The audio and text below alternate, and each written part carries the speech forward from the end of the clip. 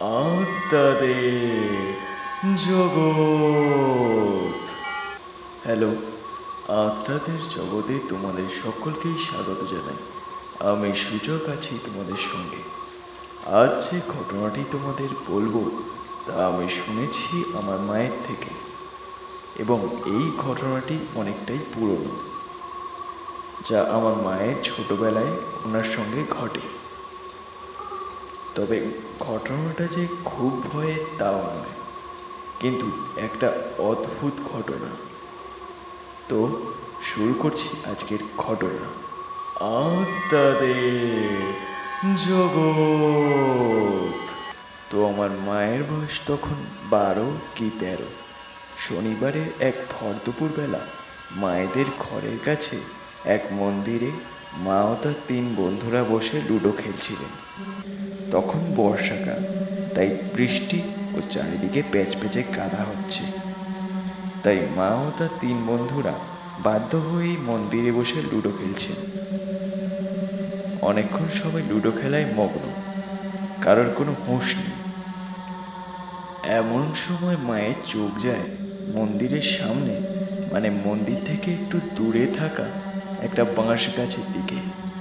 তিনি দেখেন গাছের আড়ালে কোনো এক অবয়ব দাঁড়িয়ে আছে ও অনবরত তাদের 4 জনকে দেখছে, এবং সে খালি হুটহাট করে সরে যাচ্ছে গাছের এপারে ওপারে। ঠিকঠাক চোখে পড়ছে না তার পুরো দেহটা।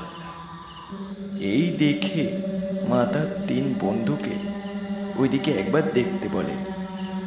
প্রথমে তো তারা কিছুই দেখতে পাচ্ছিল না, পরে তারাও দেখল সেই একই দৃশ্য, যে কেউ একজন বাঁশ গাছের আড়ালে বা ফাঁক ফোকরের দিক দিয়ে তাদের অনবরত দেখছে, কিন্তু তারা তাকে ঠিক মতো দেখতে পাচ্ছে না।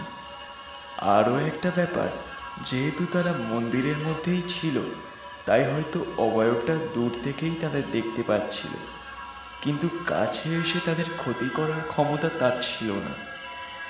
তো এরপর মা ও তার বন্ধুরা পরিস্থিতি ভালো না বুঝে তাড়াতাড়ি মনে ঠাকুরের নাম করতে করতে বাড়ি চলে আসে, এবং বাড়িতে এসে মা আমার দিদার কাছে খুব বকা খান ভর দুপুরবেলা ওখানে যাওয়ার জন্য।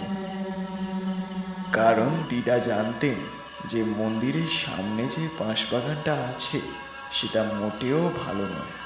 সেখানে অনেকেই আত্মহত্যা করেছে তাদের পারিবারিক কারণে। তো এই ছিল আজকের ঘটনা।